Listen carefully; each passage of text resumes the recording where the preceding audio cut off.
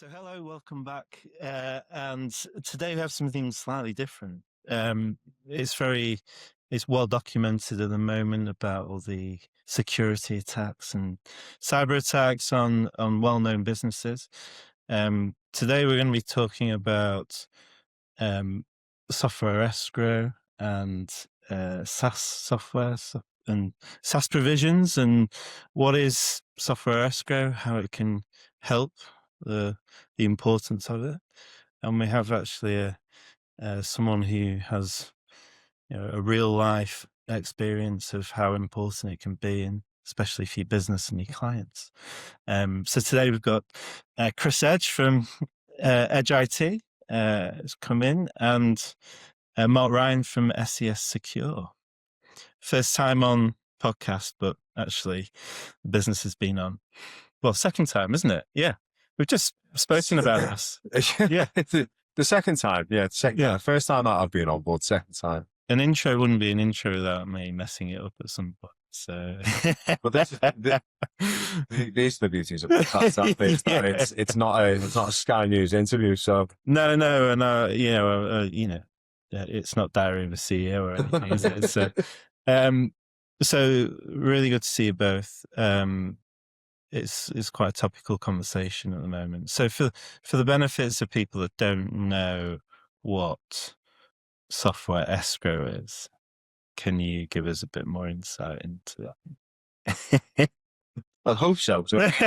I've been doing it for almost 20 years now, so I should have some idea of what it is. So escrow itself is it's a concept.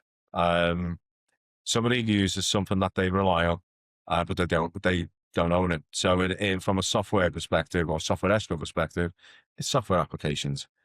Now, a lot of people that have been around long enough to have known or have heard the software escrow will only ever know it as source code to the application being locked away and stored in the vault. Yeah.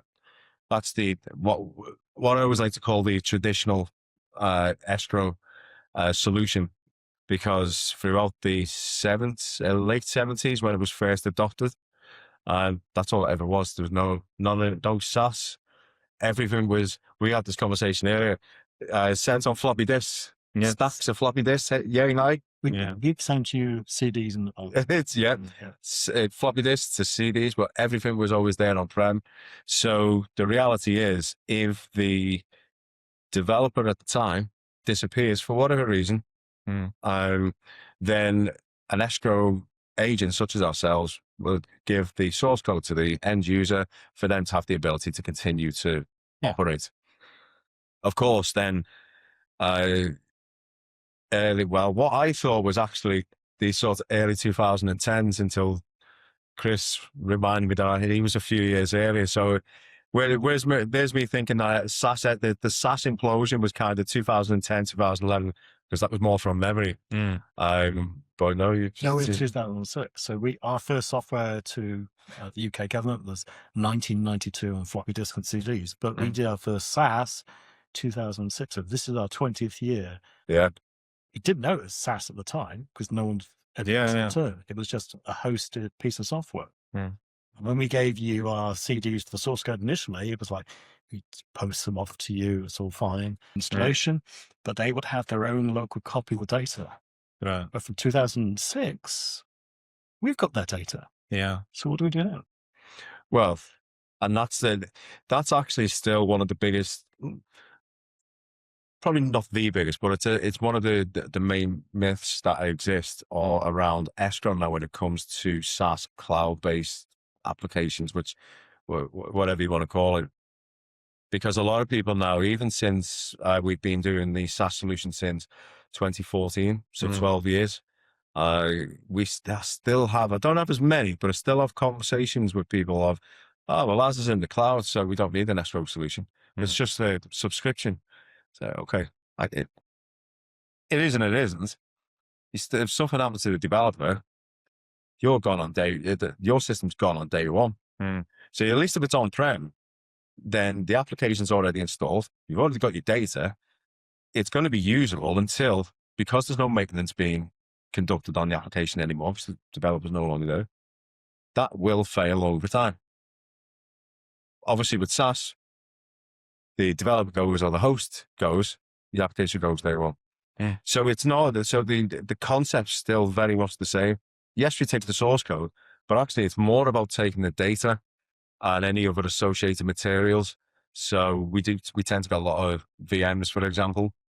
So virtual machines, yeah. Yeah. Not everyone watching will know what you know. That's a very good point, yeah. So like, taking it back a step, sorry to stop you there. So on premise, so if you're someone who's bought some software, the software be downloaded onto your, or installed onto your servers in your building or your machine, PC, and then all the data is there as well. So that's, you have that on your premise. Yeah. On premise. And then software as a service, yours and everyone else's is on a server somewhere. It could be anywhere in the world. And you log into that and use the software from there. So am I right? That's correct. Yeah. Okay. So traditionally it would be more of an on-premise scenario, and software escrow would be someone coming along and taking a copy of that away. And then now it's really, well, how do you go about doing software escrow on a SaaS platform? Yeah. And why would you want one? You know, from your perspective, what's the kind of problem it solves? Well, we need to think through the worst case scenario. So you've got the software company failing, or as Mark said, the hosting arrangement fails. Yeah. So you've got to come up with a solution which allows your clients to continue to work. So let's suppose some scenarios here. Let's say Edge as a company ceases tomorrow. Yeah. What happens? The escrow company steps in and they press a button and it runs in a cloud service. We use called Datto for doing that. So Mark's team can switch across, runs on Datto. Clients can actually carry on log on, carry on working. Got 60 days. They can actually then download their data and their software with a license that they can carry on working for 12 months. Sure. That didn't happen overnight. Kind of had to grow into that. So we have to think, what would happen if we didn't exist? What would happen if our hosting arrangements didn't exist? Our clients still need better work. So we supply software to .gov.uk, it's administration software, things like cemeteries and crematorium and markets and admin and everything. They need to be able to work. And they rely on you to think through. So we as a provider, if they're going to trust us, we have to think, what happens if we fail? And that's where we use a third party, such as Datto. We back up all of our systems every hour on the hour into Datto, goes into a UK data center. And that's where the escrow company comes in. They can step in, work with Datto, switch it on. It's a big risk, isn't it? Especially if you're a bank or a government, authority somewhere, and perhaps a banker. And it's quite an extreme example, isn't it, where they could have millions of pounds worth of transactions going on, and then something happens and it all goes dead. You could lose so much. I'll give you a real life example. 24th of November, the Royal Borough, Kensington, Chelsea, and London were hacked. Wow. Their platform is shared with 2 other London boroughs. So they got 3 for the price of 1 when they broke in. Yeah. They are still, and we're now in April 26, they're still recovering. Wow. It sent a seismic shock through UK councils because of that. However, we're rolling out our software for the Portobello Road Market and Notting Hill Carnival this year. Fortunately, we'd actually harvested all that data before the hack. Okay. So Kensington now are able to operate because they're using a SaaS provider who's got an escrow solution. And that's as a model, what the whole sector's trying to do is they are moving away from having their own in-house software, using cloud-based solutions, economy of scale. But someone's missed out this little detail, which is actually saying, if you're .gov.uk, you must have software escrow. Yeah. And there's no mandate for that at all. So when you compare us at Edge against our competitors, there's no requirement for my competitors to have escrow. No. There's no requirement for them to have it in a UK data center. You need to have a sovereign data center to hold on to the .gov.uk data. In conflict, with those cables going out of the UK to mainland Europe, they'll get all compromised. Mm. Again, it should be mandated. That's what we do. Mm. So every hour and an hour, we back up to another UK data center. And that's also, just for good measure, goes to Iceland to Reykjavik. Not that we're planning to ever use the Reykjavik one, but that should be a requirement. If you're going to supply the UK government, you should actually have all that as standard. Mm. But again, didn't happen overnight. We've kind of organically grown into this because actually best practice is evolving. Mm. The legislation is a long way behind. Yeah. Yeah, it's interesting that Chris mentions it should be mandated because only in January last year, we've seen the closest mandate that it doesn't necessarily even mention software escrow, but you'll recall the DORA, the Digital Operational Resilience Act. Podcast. I think she's still watching back and forth now. Every day. What Darren and Tom didn't know on DORA wasn't worth. Yeah. That was really good. But just for the purpose of the audience, so DORA, the Digital Operational Resilience Act, was brought in for the banking and finance industry. That mandates that they have to. It's heavily centered around cybersecurity, but there are a lot of measures in there for third-party software suppliers. But it's specifically requesting that or mandating that they are able to access the data from their third-party suppliers. There's many other clauses and wording in there that relates to other types of materials, even source code to some extent. But again, it doesn't mandate an escrow solution, which I think if it did, it would make people stand up and take note a little bit more of escrow actually being a credible solution to a business continuity plan. Because in reality, the only way to obtain a copy there's two ways of obtaining a copy of source code. Either the company gives it to you, the likelihood of a developer giving you a copy of their IP, the most valuable thing to the business. It's our crown jewels. It's slim to none. And okay, let's say they do give it. How do you know it works in the first place and how it's compiled and all of the above? Or you put an escrow solution in place. Yeah. So I'm happy to be proven wrong, but there's very little movement elsewhere on how you can obtain a copy of a company's source code and your data. So what we do with Edge from a SaaS perspective is actually slightly outside the box of a traditional SaaS escrow solution. And the reason for that is because Chris was using, or rather Edge we're using Datto. So that made things actually a little bit easier for us, much easier for Chris, and therefore much easier for the customers.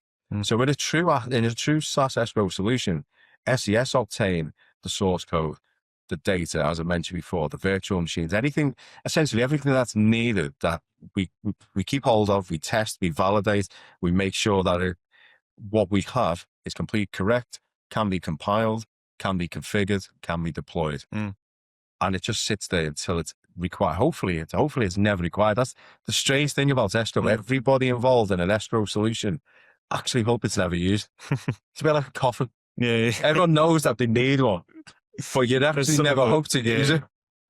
Well, come to my industry. Actually, because he deals with cemeteries and crematoriums. I go to exhibitions where I'm alongside coffin manufacturers. Well, we should put a stand up next to it to say this is essentially what we're saying, but from a tech perspective. Yeah. No, so again, that's then it's offering those assurances to a business that, okay, look, we actually know we have this continuity plan in place. We don't get to never use it, but it's there if it's needed, because at the end of the day, it's never say never. And it is risk and reward, because some people may say, well, okay, look, if our developer fails, yes, the application's important, but we will simply switch over to X, Y, Z, or we're quite happy going back to pen and paper for a month or two, or whatever the previous method was. That's fine. What Escrow was there for those that are simply looking for a solution that, regardless of anything happening or potentially happening that they can continue in as quickly as possible. Now, for us, pen and paper is never a choice, because if we do 10 different products, so you can't go back to pen and paper if you're in the middle of the financial year. No. Using our system. Yeah.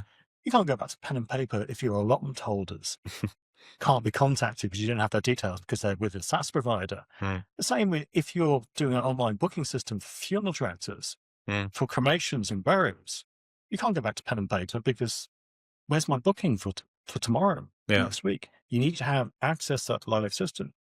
So when we started in 2016 SaaS, we were going through this current transition phase. But today, I mean, literally every hour on the hour, we have a backup that goes to another UK location. And we currently got it rated so that we can fail over to that within 2 hours. So we're talking about 6 terabyte, 10 servers, certainly not running in Coventry, but running in Slough. That makes a big difference. One of our biggest threats at the moment actually is power. So with Ukraine conflict and everything else, we had a little bit of an initial shock that we thought there could be power cuts because we had too many power stations that were in maintenance and we didn't have enough alternatives and reserves. But we got close. And one of our serious considerations was we'd have to fail over Datto if the lights went off in Coventry. We thought about that. And we had the option of doing it. That's not the sort of thing you have to think about. We're a software company. But we have to kind of think about all these things as well. Datto enables us to do that so that we can provide a managed solution. So all the data and all the software goes along across to it. And the point is, in our online service, it has all the source code. So one of the things we're doing with SES is they can actually harvest the latest copy of the source code automatically and put it in their vault. So this is kind of an extra service someone can pay for is to get the source code. Standard, they get a 12-month license. But then we're also allowing SES to actually put into their vault a copy of the source code as well. So they have that verifiable, their own independent copy just of the actual source code, the crown jewels. I had, a few years ago, I was about to start doing some work with a law firm. And this law firm had all their, they had not only the website, but their case management system and everything all on one server. That server was then hacked and ransomware put on. They had no access to any cases, any client information. The website was down, and it completely strangled the whole business. And obviously I didn't end up doing any work with them because it was just some paper copies of old.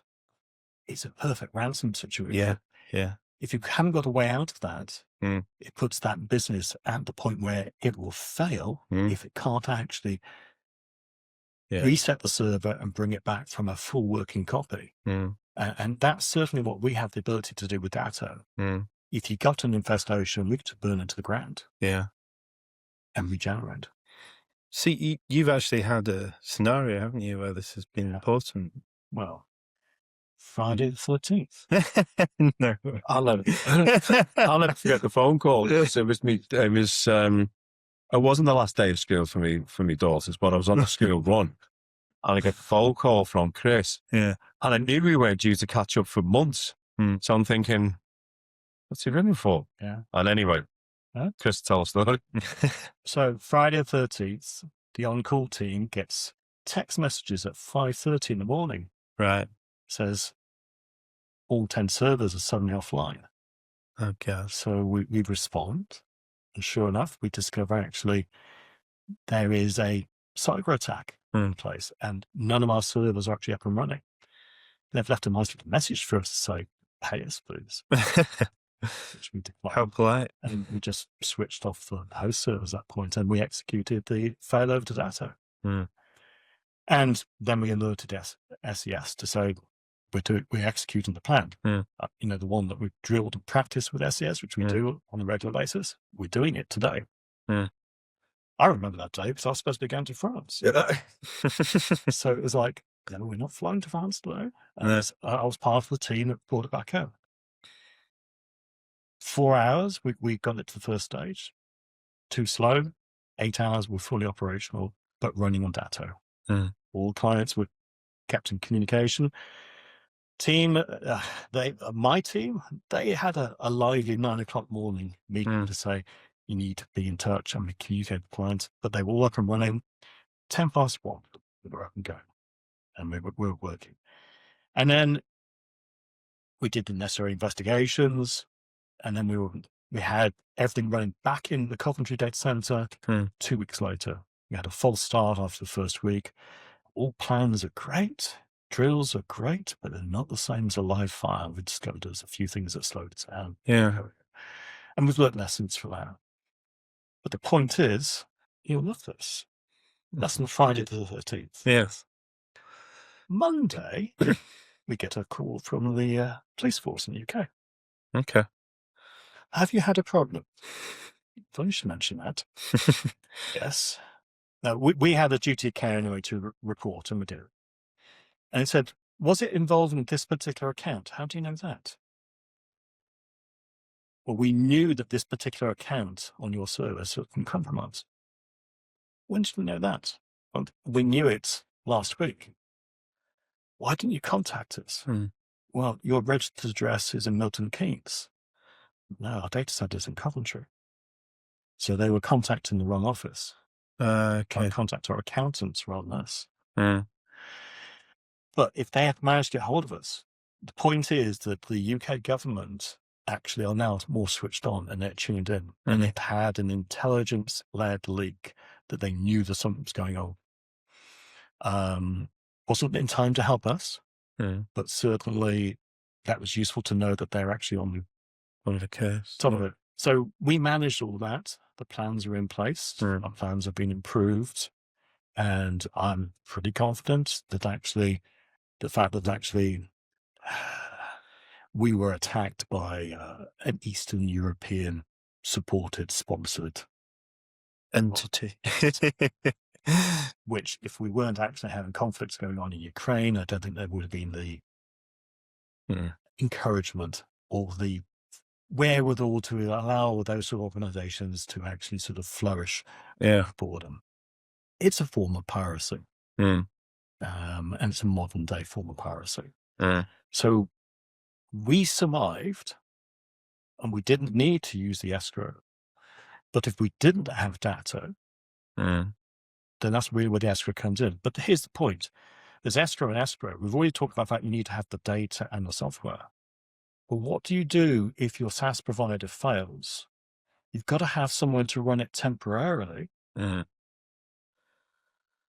whilst your customers are downloading their data, downloading the programs, and making their own independent arrangements. So it's not just data and source code. You've got to have that ability to run it somewhere else in the UK. And that's what we had with Datto. We were running in Slough as it happened. Didn't have to do the Iceland Reykjavik fallback, but we had that as a contingency as well. So it's interesting that your clients had a role to play as well in getting all their information as well and securing all that. If Edge had, let's say the reason for that was Edge ceased to exist. Edge ceased to exist because we got bust. The data center in Coventry, liquidators come in and turned off all the power. Yeah. This is where the escrow would really kick in, because then the escrow company can switch across to Datto, provide the service for 60 days. That's what we've contracted Datto and SES to do, and provide the clients then the arrangement to download. Now, none of that was necessary here, and hopefully it will never be needed. But the point is we're thinking the worst case. What would happen if one of my competitors failed? What would happen? Would they be, all my competitors are online these days. Do they have the same arrangements? Well, it shouldn't be voluntary for someone to do it. It should be, if you're supplying .gov.uk, it should be mandatory. But there isn't anything. So we're providing technology that's ahead of the legislation. The legislation hasn't been thought about, hasn't been worked through. It's only really quite recently they've actually required all town and parish councils to actually supply their councils with .gov.uk. Previously, you have anything want to. And it's kind of the same thing. The technology is running ahead of legislation. It has the solution, but it should be backed up in a European data center. Yeah. Right? It needs to be in a UK one. And it should be a requirement so everything's on an equal playing field. So every business in the .gov.uk sector has the same costs to bear. So we provide that as standard. It's an extra charge for all our customers. Doesn't matter whether you're parish council or you're like sort of Kensington and Chelmsford. You all get the same service. So from the SaaS buyer perspective, what would you recommend that they would kind of demand from or require? So number one, that the actual your SaaS solution includes data and software. Number two, it's actually in your alternative solution, your disaster recovery solution is in a UK data center. Yeah.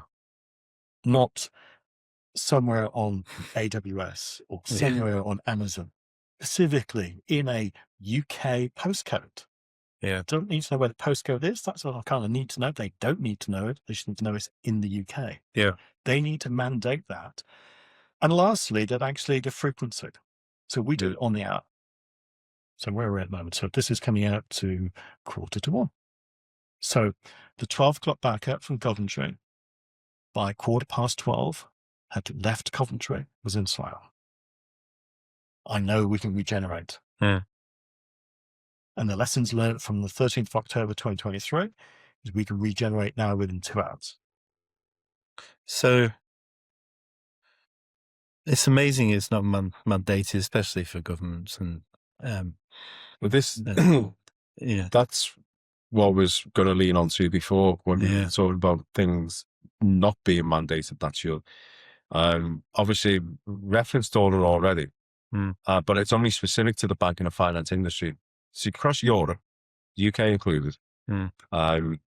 So that was launched January 25. It was announced in 23. So to allow developers and, well, more so the banking and any banking and finance organizations themselves to be prepared for it. In fact, I think it was meant to be early 24 or the middle of 24. And as with these things, no one's ready. So they extended. Anyway, it's been in play for just over a year now. Now, interestingly, there's a lot of chatter in the ether of how DORA is starting to impact regulators or regulations for other industries. Now, there's been no mention of what industries, specifically, but that's where I see that this is now going. And I said that last year. I said, I think if they're doing it for the banking and finance industry, especially for the UK, okay, because the UK is a financial hub. Yeah. So it doesn't, just because it's a financial hub, doesn't make it any more important than another business, specific business within an industry. So the energy sector, for example, the NHS, or healthcare in general, pharmaceutical, the list could go on of what is an important industry, but certainly those that are involved in the infrastructure of the UK or Europe. And I think this is why you're going to start seeing I would say over the next couple of years, you will start to see these being a lot more mandated. But what I would like to see is software escrow itself being mandated in terms of third-party suppliers. Now, not all the third-party. You can imagine a bank. You can imagine the amount of software applications that they use. This is typical projects that we'll run with any customer who use multiple applications. We'll start by just categorizing a sort of a traffic light system of what's the most critical, what couldn't you live without today? What couldn't you live without next week or next month? And these, the green at the bottom are kind of, we use them, but if anything happens, it's not an issue. And it should be that tiered system of anything sat within your critical to even anything sat within your amber should form part of a continuity plan that involves an escrow solution. So if you were had a software vendor come to you, what were inquiring about it, what kind of things would you get them to consider? Well, as I say, I've been doing this a long time. Worked for 2 different escrow agents. My longest serving here is SES. But my opening / initial question is always the same. What is it that you're trying to achieve? Because we had this conversation before. It's very easy to inquire about something that you don't know a lot about. And that's what you tend to open up with. I want to inquire about your escrow solutions. Okay. Why? Ultimately, why? So I always like to reverse engineer, because ultimately, in order to make sure that everything is correct in a release event, so something's happened to Edge, for example, to make sure that the correct thing happens and it all works in a release event, we need to make sure we get all the steps right from the beginning. So by starting with, well, what is it that you're trying to achieve? Okay, well, I've got a contract sat in front of me from one of my customers or a potential customer. This is quite common. And in it, the lawyer said we need to have an escrow agreement. Fine. Usually in that case, if it's being driven by a software developer, it's a case of my only job is to get the source code in, because that's what it tells me within the contract. So my questions to them is, that's fine, that's not a problem, that can easily be accommodated, and let's start there because that's what you've asked for. However, there are a number of things I would ask your customer to consider, and not only customers but yourselves, is first of all, is it on-prem? I think 8 times out of 10 of these conversations now will be resulting, no, it's hosted or it's cloud-based. Okay.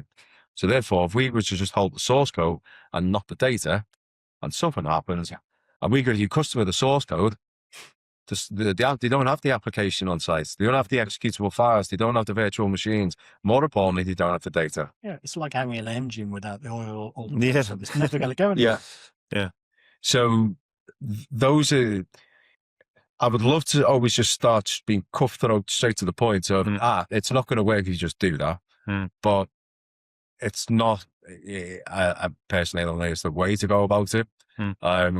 Which is why I just always, it's okay, look, this is what you've asked for.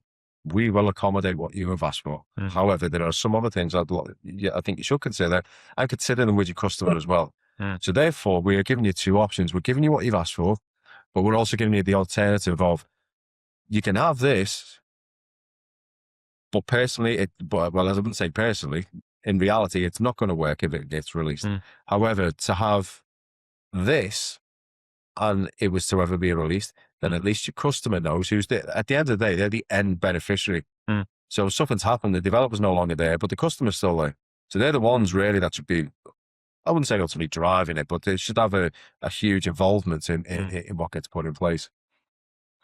So, Chris, when you're looking for, what would you say would be the main aspects from an escrow provider that you think you should be, asking for? You've got to make sure that your provider is able to verify that it all works. It can't be a paper tiger. It's got to be an actual proven solution. So with SCS, they work with us. They sit on the drills with Datto. They help us actually construct the very best procedures to take advantage of the technical improvements that have happened in the last 12 months. So we take full advantage of that. You need a provider that really understands what SaaS is. I mean, when we started in 2006 doing SaaS, that phrase didn't exist. So today we get the terminology like in-perpetuity thrown at me. I go, what's that in-perpetuity? It means we hold the data indefinitely. Or SCS can give you a license not for 12 months, but indefinitely for our software, if that matters.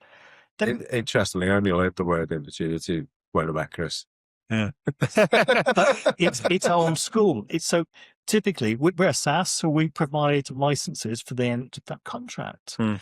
But if the escrow gets activated, they need to have that license regardless for a minimum of 12 months. So we can go on-prem, make their own arrangements, and then move to somebody else. Now, for some people, that's not long enough. So they can pay a little bit extra to SES, and they can have an indefinite license. The amount of energy and effort that people invest in using our products, they migrate from either an in-house system, which they've developed over the last 20 years. We have some like going in the city council at the moment, or some other competitor system. And they take typically like a 5-year contract with us. You can't flick from one provider to another. They need time to be able to make alternative arrangements. So having a license for longer than 12 months will allow them to do a managed migration to somebody else. And for some of them, they want the source code because they've invested so much time and energy. And I'm working with City Council at the moment, and they've got their own, they used to have 15 developers. Now I've got 2. So they're moving across to us. But they have a lot of embedded systems that we are now working with. So the energy that they're putting into moving across from their in-house system to us, it's a minimum 6 months worth of various bits and pieces we're doing from them. They can't suddenly, if we fail, flip to another provider. They need time. And they would definitely pay SCS for the source code because they value it. So you've got to offer those options. And the other thing I've learned is this wonderful phrase called zero trust. And that actually is the biggest thing that we learned from our attack is it's not enough that somebody's logging onto our system and then you know what the credentials are. That's the easy bit. We then need to assume that they are not who they say they are and check them. Multi-factor authentication. And now we're talking about things like biometrics. And how do you really know that somebody is who they actually say they are? So you've got to have another device that has a 6-digit code that pops up on it. So now all of my customers, they can't go in and log in and say, oh yes, put in your multi-factor authentication code and trust it for 7 days. No, you have to put the code in every day. And that code comes off a device that's not on the computer. It's on your mobile. Oh, but I work for a city council. They don't give me mobiles. Yeah. Well, we've now come up with a really cheap option where you can have a mobile phone without a SIM card running as a 6-digit authenticator. And I've got clients doing that now. And that lives with that particular employee. So every employee has a little gadget that could generate a unique 6-digit code for them to log in. And if they don't have that, they can't get in. It's interesting, isn't it? It's like what level of security is appropriate for what you're trying to do? Because it can go overboard. I've worked in places where I had 15 passwords, all needed changing every month. And you know what happens? Things get written down. And because it's too much. It is. No, I'm with you. You know. So we come from exactly the same sort of history in that sense. Yeah. So with all our clients now, we encourage and we support the idea of using a password manager. So that actually the password manager would hold a password and it generates a unique password for every single system you do. And we're moving to kind of to a standard of like 25 characters as a minimum. Jesus. And all you need to do, is remember one password to get into your password manager. Okay. And it's this zero trust business. Yeah. So if we got attacked again, we know that we can be up and running that much quicker, right? And we can go back to the point prior to the attack, the immediate, or maybe we can go further back if it's been in there for a while. Sure. But our organization spends more money on security than does on software development, which is ridiculous. It's the way we live in. So I'm interested in Edge and what you do and your background. You obviously, it seems like you have a lot of clients that are government and council related and parish councils and things like that. So there must be a lot of trust and credibility built up over time. And so how did you? So we've been a business for 37 years. We've been in supplying government software since 1992. Okay. So originally on floppy disks. And we do 10 different administration products. Yeah. Background is town and parish. For the last 20 years, it's been principal authorities doing crematoria and cemeteries. Okay. And the last 3 years, we've been doing markets. So indoor, outdoor markets. Yeah. So we do things like finance, allotments, planning, playgrounds, assets, and we do inspection software as well to inspect the playgrounds or the headstone. Got nice digital maps. All that works together, all online. So our clients all they need is an internet connection, and they can actually work. And that's our specialty that we actually do. And we've learned along the ways that actually it helps us if they're all running on the same version of software. So being a SaaS makes our life a little bit easier. I'm not quite true. I'm saying spending more on security than development. That's not quite true, but I'm spending a lot of money on security. Yeah. I had to say. And we're kind of working on the basis what is good today is not good tomorrow. Sure. So you can't be relaxed about this anymore. That those days are actually gone. So we have continuous testing now. We're trying to hack ourselves all the time. We have lots of people actually continually managing and updating various security aspects. It's about layers. Think of it like a medieval fortress. You have many different walls. You have moats between them. You have some nasty traps between them. We have all these things.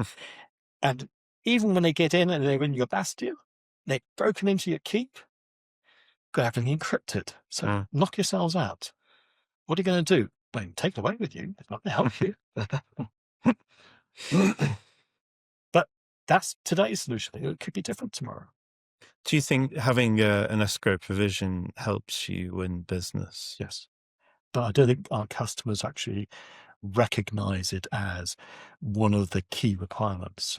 And that's part of what we're talking about today. It's an educational piece, and it always has been. Again, it comes back to what I said earlier. Those who tend to come to us to inquire about the services, or either they've been bitten before and they know about it, they've dealt with escrow in the past and have suggested it for the business, or a solicitor may have been asked to look at a contract and escrow has been recommended. There's also another interesting point here in that what Chris has just mentioned, he's been 37 years in business. Now, commonly, when we get customers that inquire to us, they'll say, we're just engaging with a SaaS supplier. However, we're slightly concerned that they're only a year, 2 years, 3 years into the business, or the small and lot, whatever the concerns may be, but a lot of it being around them being quite niche, or maybe not too long the tenure, and that's the reason they'll have it in.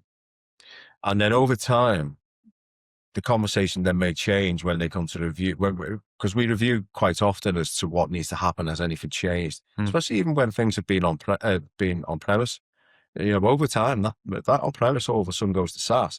But if we're not having that interaction at least on a minimum annual basis, and we've got an agreement in place and materials for on-prem, but 2 years ago they moved to SaaS, then all of a sudden it's become worthless. So that in itself is important, but quite often they will then say, look, we actually don't think we need the solution in place anymore because they've been around, seem to be long enough, long-standing. They've picked up some really big clients. They've opened another office in another location. And all these are very valid points, but it all still comes down to the risk versus the reward plus reality. Because it's not my phrase, but it's one I've heard banded about many times. You're only as strong as your weakest link. And the weakest link often tends to be employees, an employee. And the story I love the most, especially if we've all watched the film, but surely the three of us are certainly old enough to remember this, the Burnings Bank, Nick Leeson. Burnings Bank at that time were probably one of the largest banks. The royal family even banked with them. That's how huge the Royal Bank they called it. Yeah. And of course, Nick Leeson with the 888 account over time, and all of a sudden, overnight, one of the largest banks across the globe collapsed because of something that they would never, I think they've been in for about 100 years, but for something that they could never have anticipated, and they collapsed. In fact, ING Bank bought them for £1 and bought all their customer base, and they no longer existed. But look, that's slightly different in the sense that that's not a software developer issue, but the suggestion behind it remains the same. Of you are only as strong as your weakest link, and unfortunately, you can mitigate what you perceive to be weak links as you continue to grow the business throughout the years. But there is always going to be one there, and it's about how much you can control it. You're back to the zero trust. Zero trust, ultimately, in someone logging in. We assume that they're not who they're saying they are. And also making sure that your staff at the edge, if they do something wrong, we've got sufficient backups going far enough back and enough measures and security and vetting and training and monitoring that we will actually find them out, and we can go back to the point prior to them actually causing any issues. There's 12 of us at Edge. We all work from home. We're UK based. And we've got a passion about what we actually do. Well, we take some pride in actually providing software for the UK government. It's not what we really set out to do, but you end up evolving into this. And if we can actually encourage the UK sector, as in software suppliers to the UK sector, to provide the right level of service that is right for .gov.uk, that's a good service. A lot of the data we actually hold at Edge is transactional. But there is one particular aspect, one particular module that really matters, and that is the burial data and the cremation data. So yes, you need to hold financial information for a finance system for some years. Yes, you need planning applications going back as long as you want to. Well, if it's a playground inspection, it's 21 years. It's going to go back a lot for that. Anyway, but for burials, we get data given to us from competitor system. We have custody for it. We develop and we improve it. And we expect to then at some point to pass it on to somebody else in the future. It's a relay race because it matters that you know where people are actually buried. People expect there to be actually a proper record of that. In the past, you used to have 2 paper registers. You're supposed to write it in the book twice. One book got burnt, the other one could be there. No one had time to do that. And if you have it on the computer, they expect you to have that disaster recovery. And you can actually do that so long as you embrace the idea of actually software escrow. And then we'll hand that data across to whoever takes over from us in the future. Hopefully it'll be us going in indefinitely. But that matters. There should not be a situation where someone's using SaaS where they lose their data. And I promise you, that is the risk we have at the moment in the UK.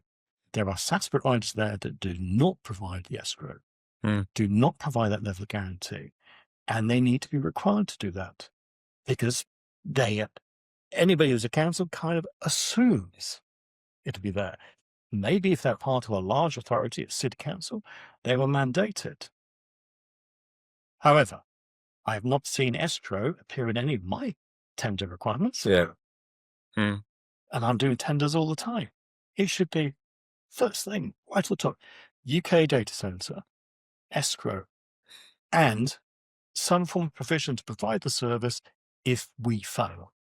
If we as a company fail or our hosting arrangements fail, somebody else must be able to step in.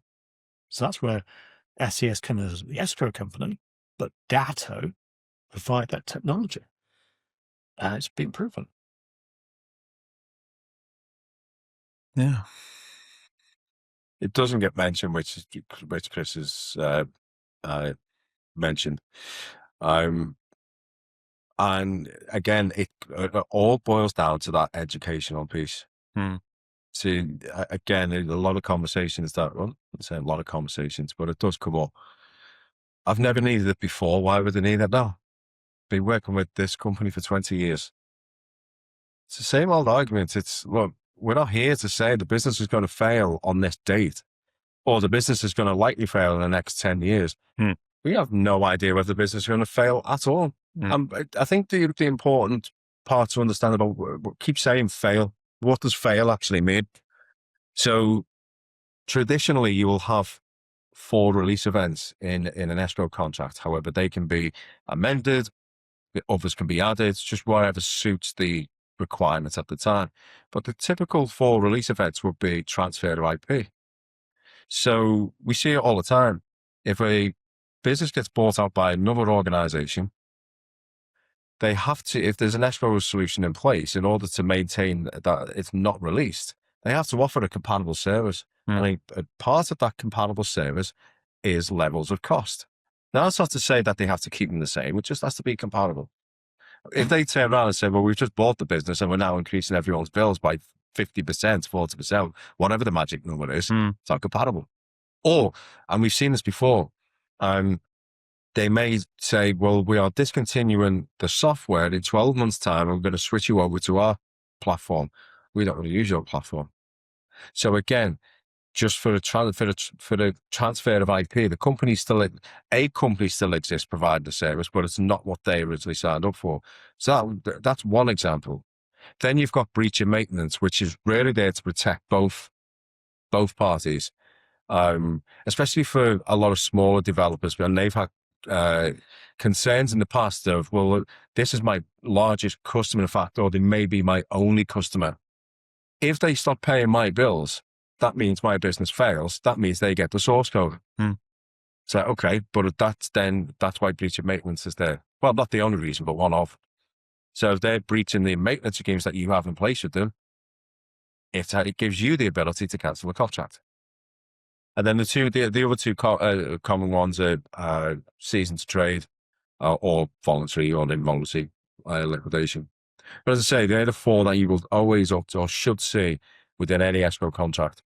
But we get, especially now as technology's evolved and relationships have evolved, we get a lot of customers that will be requesting, okay, I don't want that clause in, but we've got a side agreement that if something happens, and we need to have a clause from the escrow, that's our problem.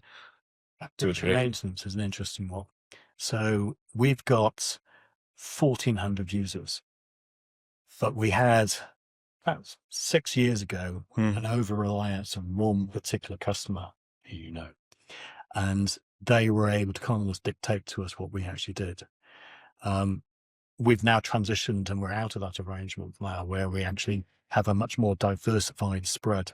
So we've got 340 customers out there, but got 1,400 users logging onto us.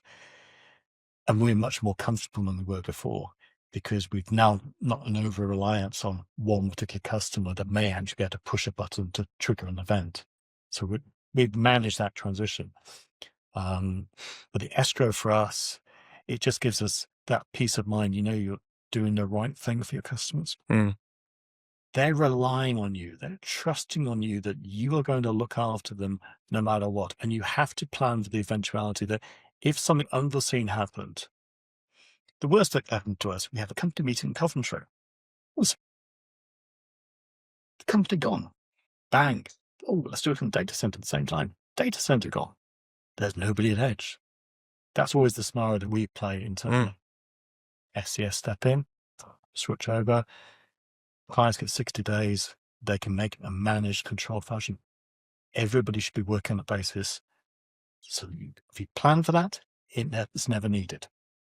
That's the expectation. If you ignore it, you stick your head in the sand like an ostrich and just assume it's never going to happen to us. We've been into business too long. Never going to happen to us. We're too big. We trade in America, Australia. We're all over the place. Is what some of my competitors do. I'd love to think that they're all providing the same arrangement, but I have no confidence that is the case. We've had this before. Well, not funny enough, because it wasn't funny. Strangely enough, because that's probably the right way to go with that. On the licensee side, so licensee being obviously the customer, the end user. I'm going back some time now, but it was a conversation that I had with a customer where they said, "Okay, look, I appreciate everything you're saying, but we just don't think anything's going to happen." So politely declined the proposal that I'd issued to them at the time. Anyway, fast forward 12, 14 months, but probably even longer than that. Actually, I got an email saying, "Can we have a call?" So we had the call. It said, "We spoke to you last year about your escrow solution. the developer we were talking about at the time, they've actually gone out of business, so we need to put the escrow solution in place. And it was kind of the pin drop scenario of, okay, so they have now had the liquidators have come in. We can't put an escrow agreement in place because we need them to be an organization. And not only that, we need them to be able to perform the validation test so we can ensure that what we're taking is complete and correct, compile, build, deploy, all of the above. But if they're no longer there, the horse is already bolted. I would like to add the fact that 2 years later, they found a replacement system that went live, and they come back and we run them as a customer. Well, it's an example. Yeah. But I hate to say the word naivety because it kind of looks as if we're having a dig at those that don't consider it, and it's not that at all. Again, it is just purely educational. And if those who don't know about it talk to somebody else who doesn't know about it, then where's the confidence going to come from? It's like, well, I've never heard of it. Has your business got it? Nope. I'm pretty sure we don't need it. But then you throw in the Barings Bank scenario. When was the last time you went to Blockbusters? Ever been into Woolworths lately? All businesses, regardless of the size, regardless of how many staff they have, regardless of the geographical locations, no business is too big to fail. And again, escrow is not about it's going to happen. It's simply there. It's your safety. It's not even plan B. It's not plan B. It is your bridge to plan B. So to help you get across from where you were to where you now need to be, and that now need to be could be you've brought the application in-house or you've given it to somebody else to maintain on your behalf. That's your plan B. Yeah. What we're there is providing the facilities to be able to get to that point. I mean, the context of the hacks with the Co-op, Marks and Spencer's, JLR, they're all well known. They're all very recent, all very raw. So the JLR, Jaguar Land Rover, 1.9 billion cost to the UK economy because the number of consequential suppliers into that company that had to go on to short-time working to manage all of that. This is a fact of life. So businesses have insurance. They plan for, we're in a building. As the building builds down, the insurance will rebuild it. If you actually have your software and you've invested all your data into this SaaS solution, where's the guarantee solution that actually that's going to be able to survive some disastrous happening? That's where software escrows come in place, as long as it does everything we've talked about.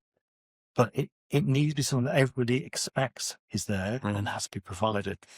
Then it works. Look, if Co-op can get hacked, M&S can get hacked, and JL, they're very big, competent organizations, and people find ways into them. It means every single SaaS provider is at risk. It's not a question of stopping them from getting in. It's actually when they get in, doing something about it at that point. And this is why the likes of Kensington and Chelsea are still struggling, because they are big organizations, many, many systems. It takes a long time to bring everything back on in a controlled fashion. They're getting there. But as a SaaS provider, it's much easier because it's just, in our case, it's 11 products, 10 admin and an inspection product. So it's very much easier for us to get an infestation, burn it to the ground, regenerate Phoenix like we're a Coventry business. There's a Phoenix aspect to that. That's exactly where we come from. I'm a Coventry kid. So my business is entirely based in Coventry. And it matters for me to make sure that we're an engineering shop at the end of the day. We don't build some physical, we build software. That's what Coventry always done. We build things. But you have to be prepared for it. My business plan in sort of 1989, I started, didn't say you need to be prepared to deal with when you're dealing with foreign state actors attacking your business. Didn't know anything about that. Didn't have the internet then. But now, 2026, I have a very interesting insurance policy. And it talks about lots of things I do and I have to do as a business, and we do. and we continue to evolve. Right? We have really great partnership with our insurers, Hiscox. They're great. And they certainly were very useful when we had that attack. Made a big difference to us, providing extra boots, people on the ground helping us do things that we wouldn't expect to do. So that was really good for us. But the secret is technology like the Datto. And there are other solutions out there. But without that, then the escrow isn't going to work. And you can't have your data outside the UK border anymore. Didn't see that one going into a Ukraine war. So now I absolutely do. How many times have we seen in the press that I've actually got the Russians just sniffing around the cables, Royal Navy chasing them off on a regular basis? It will happen. They know how to do it. So data has got to be sovereign. It's got to be in the UK. And it's got to be backed up every hour on the hour. And you've got to work on the basis that if you get an infestation, you've got to go back a little bit. When we had our problem, we didn't lose any data. None of our clients actually lost anything. We were able to operate. But that wasn't casual. It's something we'd planned for. Did it work perfectly? No. Do we learn lessons? Absolutely. Do I learn lessons every single day? Oh, yeah. And that's the thing about IT. It's continually evolving and moving forward. Our approach with software at the end of the day is you've got to have a partnership with your customers. They're relying on providing them a tool that's fit for purpose. Yeah. But you're holding their data now. So you've got to go the extra mile. And that's where the software escrow comes in play. And if you've got that in place, it underpins that conversation then with the clients, and they work with you, they collaborate with you, and we evolve and we improve our software. And that's how we, as a business, we don't charge for enhancements. It's part of that subscription, and all of our clients benefit as a community moving forward. And that's what we do with all of our products. Doesn't matter if you're a small parish council, you're a London borough or a city council, we treat you exactly the same. Interesting. More than just A lot of stuff, isn't it? a box ticking exercise. Then Well, that's what it used to be. yeah, and that's the world that I worked in. Yeah. When I was in software escrow, and I'd been on projects where we'd done the traditional verification and got the source code and brought it back, and I remember thinking, well, it's useless without the data. Yeah. And so in a release event, would this be any use to anyone? I wasn't so sure whether that was the case or not. I don't know, but at the time you have to think about those things, and it seems like now with SaaS software that everyone uses, that it's more important than ever, especially to know where it's housed, where the data is, and what would happen if something occurred. Especially, it seems like more than ever as well, doesn't it? That there's more attacks. I think technology is helping that as well, to bring in that kind of ability to try a hand at different things and automate it and do it more and more and more. So you can. The reality is the simpler it is to use technology, I feel the more the risks are involved, because in order to get it to be that simplistic in the first place, incredible, then there's got to be other elements to it. The more elements involved creates more risk, because all those elements very rarely now belong to one entity. Yeah. And you're talking about companies that use API connectors. Other software, there are developers that we have that rely on third-party source code from other software developers, or others within their supply chain, that if there's someone in their supply chain gets hacked, can indirectly impact them, which then, of course, can impact the customers. So it's not about just sitting thinking, well, we've heard of this company. This company's been around longer than I have. I've said this before, so I won't sort of carry on with that. But it's not just about what you see in front of you. It's actually the devil's in the detail. And the old classic, okay, but what does that actually mean? Yes, they are a huge name. However, where is the data stored? Who else is part of the development of that source code? And most interesting one, how many developers have they actually got? Because if the key developer or key developers are all on a company trip somewhere and something happens, or the old red bull scenario comes along and hits the only key developer, what issues is that then going to bring to the business? So it's not just about the supply chain as well. It's about the individuals within the business.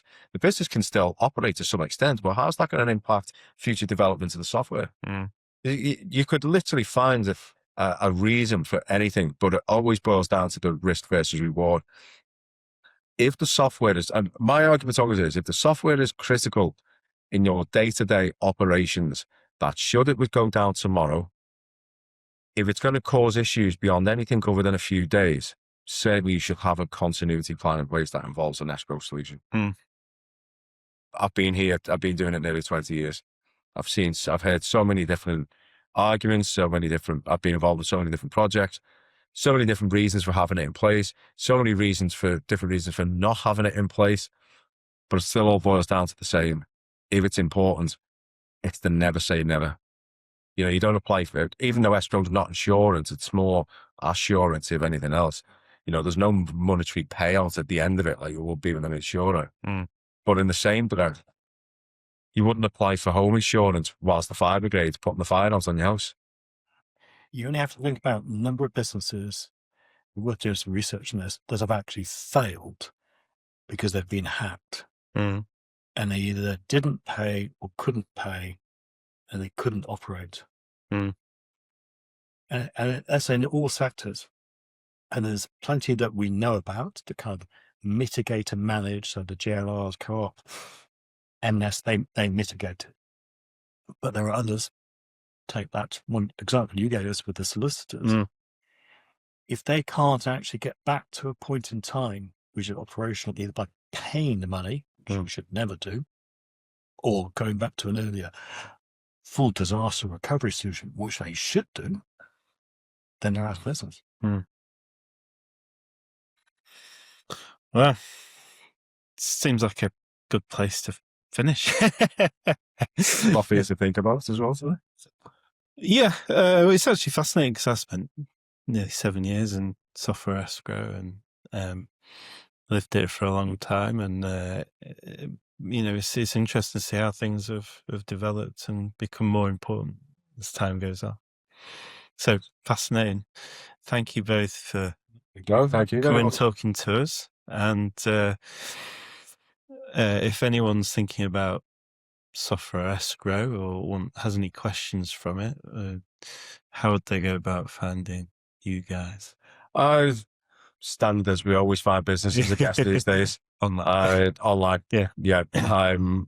So our website is www.ses-escrow.co.uk, or you can email us direct at inquiries at ses-escrow.co.uk.